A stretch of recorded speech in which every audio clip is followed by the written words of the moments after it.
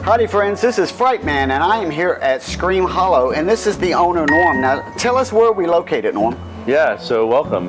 We are in Smithville, Texas, and we're 30 miles east of Austin.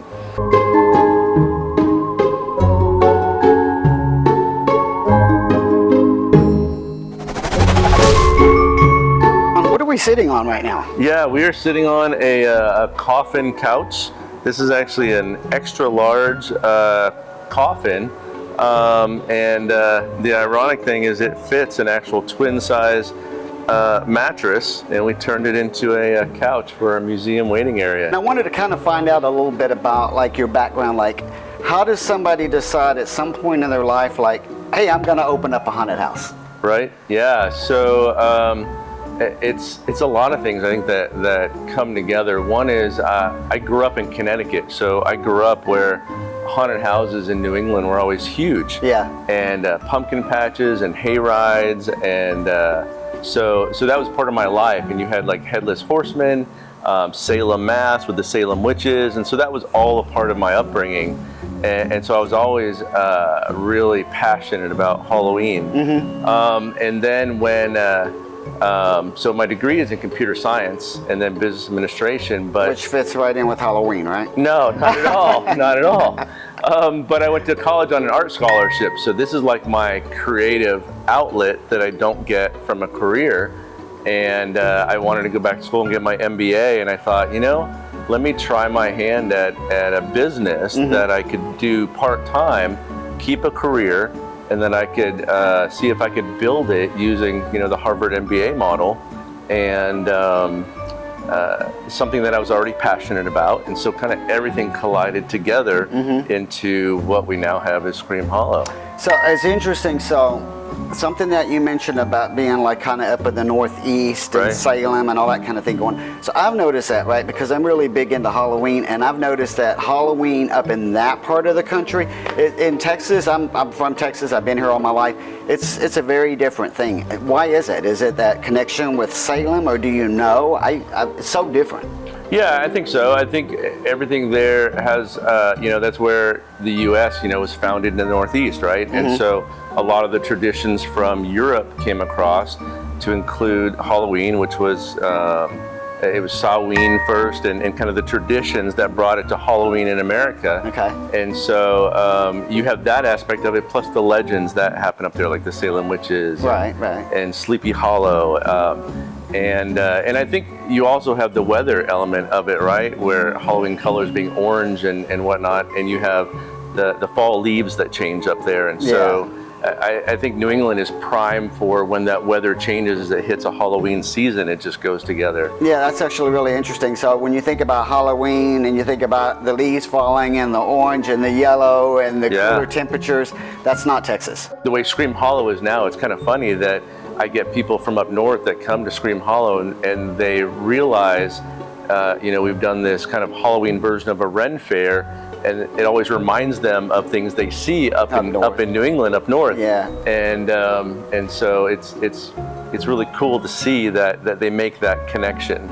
So you had this MBA, you're going to go with this model of opening up a haunted house with the MBA, but I still like don't know that connection. So you liked Halloween, right? And then you just wake up one day and you're like, you know what? I'm gonna try a haunted house. Yeah, so, well, I guess at the same time, I was doing like a home haunt in my yard. At the same time, I was living in the suburbs in Austin, and I was on a cul-de-sac, and it was getting out of hand, where we would have well over 500 trick-or-treaters on Halloween night, and we had people on trucks and wagons like coming through, and it was getting overwhelming, and so I knew I had to stop doing that, and that was at the same time I said, you know, we're going to transition into doing an actual full commercial haunted house. That's a story that I know a lot of you guys out there have heard. Maybe a story coming for me in my future when I retire, I don't know.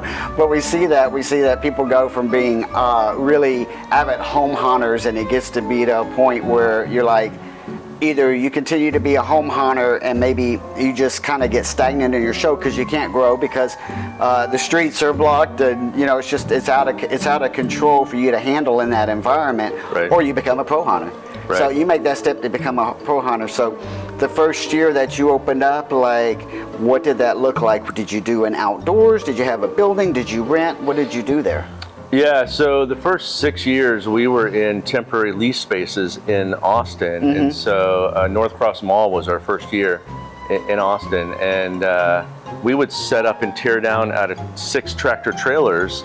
So you'd set up, you would have your Halloween season, and then come November 1st, you were tearing everything back down into those 6 tractor trailers. Yeah. And we did that for 6 years, and I'd say that's it. You know, I had enough. Like, you're worn out by the end of your Halloween season, and so to have to tear everything down, it seemed kind of self-defeating. And that's where I said, you know what, we have to stop, and until we can actually do something permanent, where instead of tearing down every year, we can build on what we had the year before. That's where the evolution of Scream Hollow came about. Okay. And so we went from just having a haunted house in Austin to having a whole Halloween evening event here. But at some point, you've put a lot of money into this. You have a lot of love, right? You got passion, you got love, but you also have money. So while it may be fun and it may be something that you like to do, you also need to turn a profit, or at least break even, right? But hopefully you're turning a profit and paying yourself, right, for all this work. So like your first year, how many millions did you make out that first year? How many millions the first year? Yeah, not so much. Yeah, well, and that's kind of funny, right? Because you have people that'll see like your busiest night of the year, and they think, oh, the haunted houses, you know, are raking in millions of dollars, and they don't realize that number one, everything that goes into that type of an operation, but also your season builds, so not all your nights are like that. Right. And so it is much easier to open a shoe store or, you know, something else than it is a haunted house. It's not easy. Yeah. I think that it's easy to say, oh, I would love to do that. They must be making tons of money, whatever. But there's so much work that goes into creating a haunted house or an evening experience like what we have, that if you're not passionate about it, you would never survive. Yeah, you got to have that love. So you got to have the passion at first, because you put in untold hours to make it happen with an entire crew. If somebody was going to start off and do it, what would you say, like, how many years do you think that you're going to have to put into it before you may even think about seeing a profit? You can't really expect to be profitable until the end of your 3rd year. Okay. Right? So you set a clear expectation for yourself on, you know, your capital investments, your operating costs, and whatnot. Our 3rd year, where we competed in a haunted house competition that Lionsgate Films put on. Oh, cool. And there were around 700 some odd haunted houses from around the country that competed with movie quality set design, and there were a lot of other criteria. And we were fortunate, we took 1st place in the nation. Wow. So we got a $10,000 cash prize and some other accolades, and that really helped us kind of take things to the next level as well. Awesome. So if somebody wanted to start a house today, right, would you, if you were, A, would you advise somebody to do it if that was their passion? And then B, somebody like myself, let's say that's my passion and something I want to do, would you recommend that maybe I would start like out in the woods, or should I start in a mall? What would be your recommendation to somebody that wanted to start? Oh gosh, that depends on so many factors. One is budget, right? What is your budget, and what is your goal? What are you looking to do? Right. If you have an available farm or available land or available, you know, warehouse space or something, but it's one of those things where the passion has to come first, and I think where we're a lot of entrepreneurs in the Halloween industry are short-sighted is they love building stuff, right? They love creating scary stuff and all of that, but that's only half of it, and probably less than half of it, because you have to have a solid handle on the business side, right? Or you're not going to survive. And so I think I would recommend to somebody new coming in is that's great if you know the creative side, and you need to know that, but you have to know the business side as well, and that, you know, the marketing and the operations and the capital side, how you're getting funded, all of that, you have to know that as well. You are a business, and I think that the other is that you can't be You have to set realistic expectation, realistic budgets, sticking to your budgets. Let's just say I decide, okay, I'm going to do this, and I have all this passion, and I know the decoration, and I know the scare, and I know the costuming piece, but I don't. Right now, I get to do all that and have fun with it, right? And I only have to do that for like a month out of the year, and then it all goes back in the closets or whatever, and we're done. but from the business angle, that doesn't stop, right? When you close, that doesn't stop. You just keep going. Does that take some of that passion away now that you're actually having to work and make it a business? Yeah, I think some. I think in some respects you have to give up your true enjoyment of the holiday, of Halloween, for the sake of your patrons, right? Yeah. I still love it, you know, and I have a phenomenal staff and a phenomenal management team, and I couldn't do it without them. And so when I've had, you know, 80-hour weeks, and we've had our inspections and all of our stress, sometimes I have to lean on my staff. They're the ones that, you know, keep me going and keep me fired up, because you can't do it all yourself. You have to have a good team, you know, around you that you have to trust and rely on. So if you haven't checked out the video, I've actually been at this location before, and I did a behind the scenes video, which you can find on the channel. And if you go out there and you watch me interview some of the folks that work for Norm, you're going to see a repetitive thing. They love it. I love the people out here. They're all a haunt family. Now, when I came here last time, I went through a clown house, Sinister Circus, yeah. Sinister Circus, and then we did the mansion, right? And I also did the asylum, right? But this year you've introduced a new haunted house, and that one's called... Right, that one's called Encounter. Yeah, so our alien attraction is really based on a spaceship that left on a 5-year mission, and it came back and crashed 50 years later. And you get to actually go into this spaceship, and then everything else that kind of revolves around that. But obviously you're not alone, and you figure out why this spaceship crashed, and we really play on the flavors of traditional alien movies, and darkness, and overwhelming the senses. And yeah, it is a fun and terrifying experience. It is fun. So without giving away like the scare, I'm not going to do that for you. But if you come out here, there's one scene that was really, really phenomenal. And it's really, really hard to get me to jump. And that scene got me to jump. I'm just going to say that there's at one point that you are inside of the spaceship, and it's pretty phenomenal. It looks really, really good. Like you see the control board and everything, and it looks really nice. Cool. And that scene, yeah, they got me. They got me last night. So that was really awesome. So when you decided you wanted to add another attraction, where do you decide, okay, it's going to be aliens? How does that happen? Right. So the good thing is we have a staff of a little over 100, and every January we have a planning meeting, and it's creative brainstorming. We break out big whiteboards, and no ideas are off limits, and we get everything down on the whiteboards on stuff that we want to fix, that's operations wise, marketing wise, whatever, and also with our attractions. And we try to change over each attraction every 3 years. So across 5 attractions, you always have new attractions that are a part of that, and keeps it fresh. Right. The Alien Encounter attraction was 2 years in the design, development, the collection of props and assets for it. Yeah, it spanned 2 years to kind of get it ready and then to build it out this year. So I have never seen a haunted attraction do an alien haunt that was truly terrifying.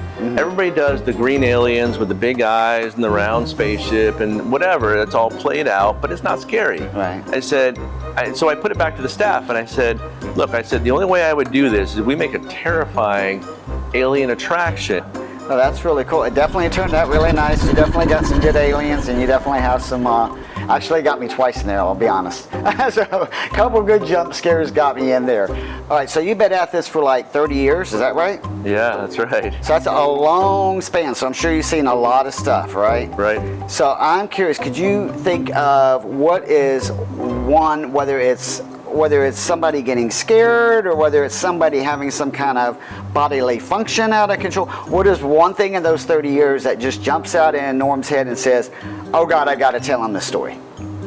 Yeah, well, I tell you, yes, we have people that pass out from panic attacks, and that, you know, we literally have to take them out of the attraction, right? You have grown adults that will pee themselves. We sell panties and boxers in the gift shop for that reason. Okay. What's funny is, and we used to have porta potties, and we've transitioned, we have full restrooms now, but in the early days, we just had porta potties. And so as a part of that, what stands out, and this is really gross, but it's real life, is that we'd have the porta potty guy come every week to clean the porta potties. And we used to have to I'd give him $40 because he would complain that their pump truck would get stuck because they would try to siphon up all the panties that women would throw in the porta potties because they peed themselves, and he would have to manually fish out all the panties for the porta potty truck. Gross. And so here's $40. Look, every time he came out, I would just give him $40. I'm like, I don't want to hear about it. And that's when his MBA kicked in, and he said, we should be selling panties. Right.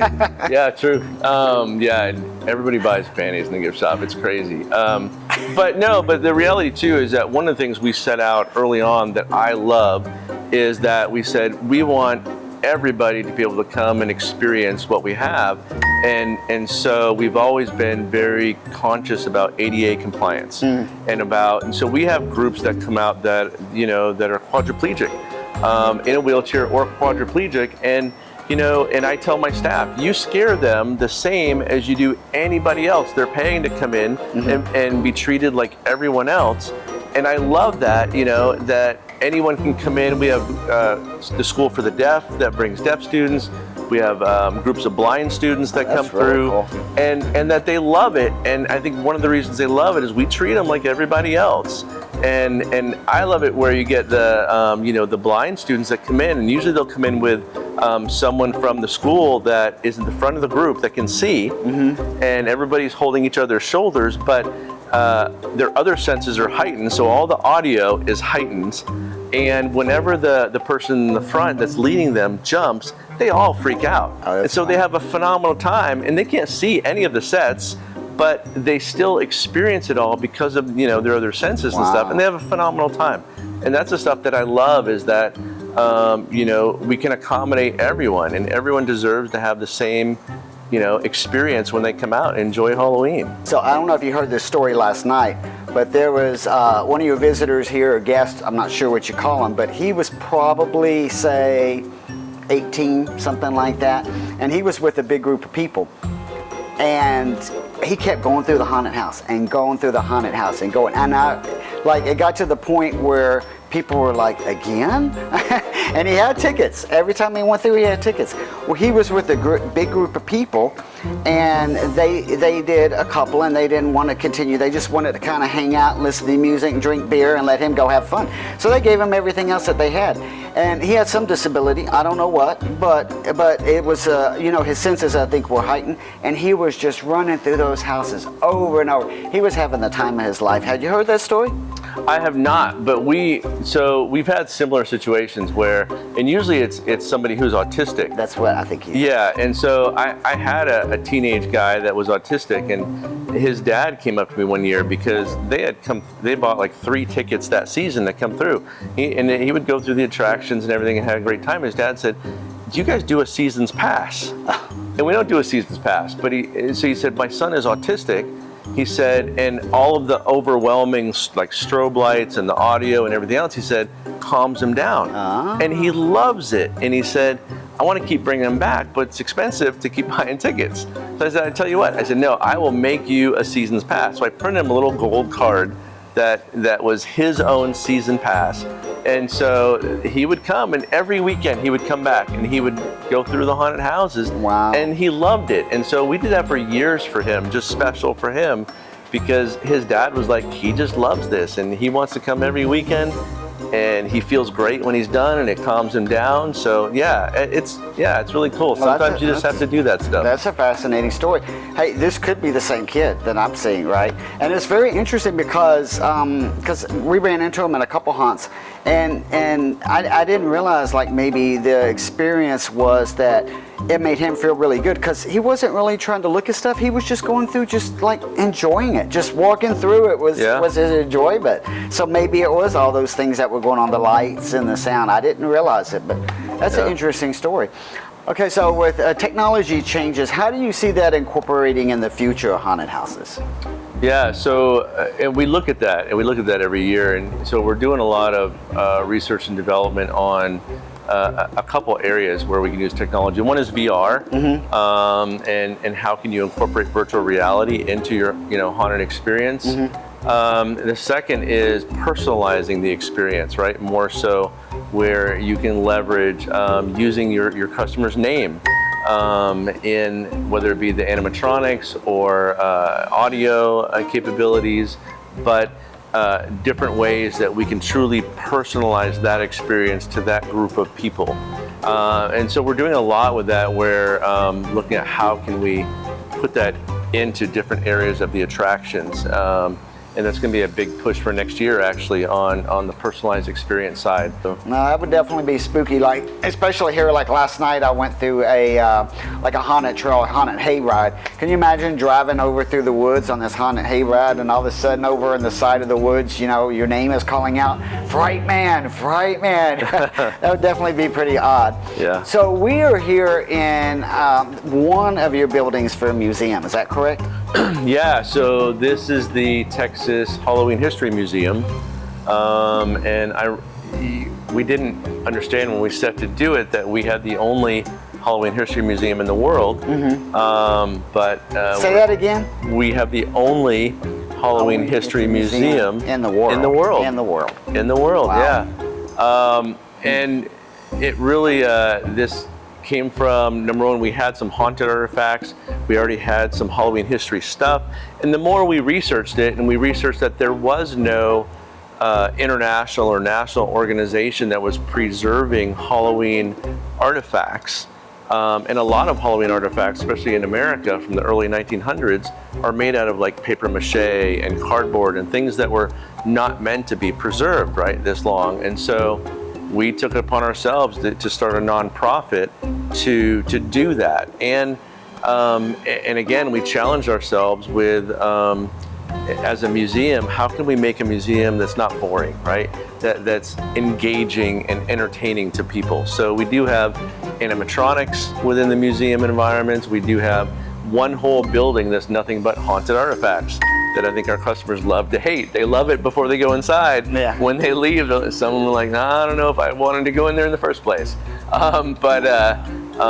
Yeah, so that's what's become of the Halloween History Museum, which is 3 buildings we have on property. So the museum has several buildings. Right. And one of them has all of these haunted items. And there's a few haunted items there that I was interested in getting a little bit more information about. Could you maybe help me out with giving me the history of some of these things that caught my attention? Definitely, yes. Okay, let's go do that. Awesome. All right, so that first item that I was interested in was this bag, and I had read the plaque there about heads in this bag or something like that. Could you tell me the story about that bag? Yeah, so we picked this up on a trip going up to Colorado and at an antique mall, and there was a woman working in her booth who whenever I go to a place like that, I ask them, do you have anything that's haunted? Sometimes you get strange looks, sometimes you get, oh yeah, I have something. And hers was, oh yeah, I have something. And so she had this mafia initiation bag that she said she had it in her home for a long time, and she took it out of her house and wanted to sell it because she said she felt like somebody was watching her from the bag anytime she had it in different places in her home, and it was freaking her out. So we bought it, and what she was saying was that as an initiation rite to get into the mafia, that one of the things they would do is you would have to go and kill someone and cut their head off. And this has a sample head in it, but you would have to cut off their head, put it in the bag, and you would literally have to carry around the satchel with the severed head for a year to prove to the mafia that you really want to, I guess, be in their organization as part of your initiation rites. And so yeah, we have one of the bags here in the museum. So I've never heard that story before, but it would make me wonder, how would you carry around a head for like a year without like it smelling and having flags and maggots? It's probably an interesting story behind that. Yeah, I don't know if you have to fill it with lime or something. You're walking around with a trail of lime coming behind the bag or something. I don't know. But this bag, we know, has actually had multiple severed heads in it. Right, yeah. Okay, so put it back. That's the story on that bag. All right, so reading this sign, I know this has some haunted stories behind it. Is that correct? Yes. Can you share some of those? So tell me what this is and then what kind of haunted stories it has. Sure. So this is an 1890s organ, and this was at Paramount Studios, and they had this, they've used this in several Western movies. Okay. They put it initially in their warehouse because they had accidents on set that kept happening near or around the organ, and so they were freaked out by it and they put it in their warehouse, and then it made it to someone here in Texas who had it, and when they passed away from the estate, they donated it to us,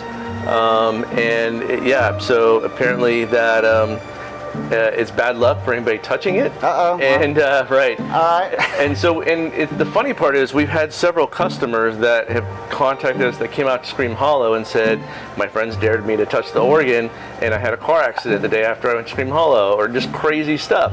I'm like, yeah, don't touch the organ. It's a creepy organ.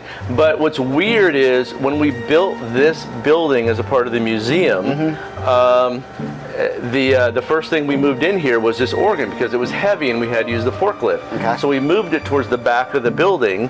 The first night it was here, we had a storm, and a tree branch came down and tore a hole in the actual roofing of the building, which we have on the other side, directly above this organ. The organ was the only thing in the building, and the one spot where it literally tore a hole through metal roofing, which is difficult, was directly above this organ. And it was the night after you put it in? It was the night after we put it in here, and how many times since then have you had something come and tear the roof down or tear a piece of the roof through? No, that was the only time. But we have time. Weird stuff that happens in this building. Like behind you is a dead bird. We get dead birds in this building. Only in this building do we have 25 buildings on property. For whatever reason, in this building we find dead birds. I don't know how they get in here, but yeah, not good. Well, hopefully, I did not read any signs that said do not touch this, and I have touched this, and now the one is warning me that I should not have touched it. Yeah, and other people have had problems with touching it. So if this is my last video, you know why. It's because I did touch this organ. Do it now. Smash like.